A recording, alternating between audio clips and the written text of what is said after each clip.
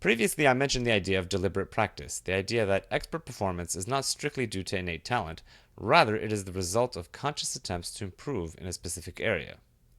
But how do you practice something like finding problems or being creative? In general, creative work can be overwhelming. You may have too many ideas, or perhaps the opposite, nothing comes to mind. In either case, you'll feel stuck and are unlikely to do anything, so let's talk about ways to use constraints to make yourself productive. Two things that are often useful to constrain are time and space. To constrain time, use time boxing. You know that feeling when a deadline is approaching? Harness that. How? One example is the Pomodoro Technique, named after a tomato shaped kitchen timer. Set an alarm for 25 minutes. Work without any interruptions.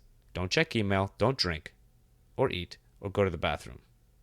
Someone barges in? Say, I'm in a Pomodoro.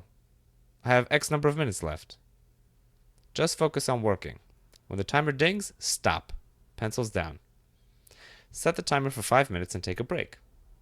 Don't do any work. Now, when the timer dings, start another 25-minute Pomodoro.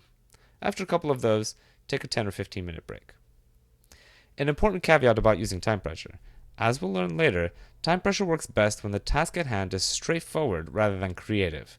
So this technique is best when you have lots of ideas and all you have to do is focus on getting them out of your head and onto paper or on a screen where you can shape them later.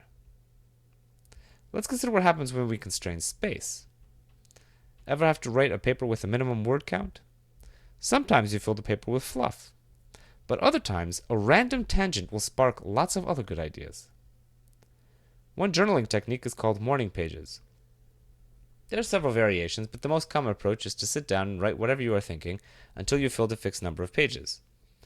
The main advantage here is paying attention to your own thoughts. As your mind wanders, you start processing disparate stimuli, which lead you to new thoughts.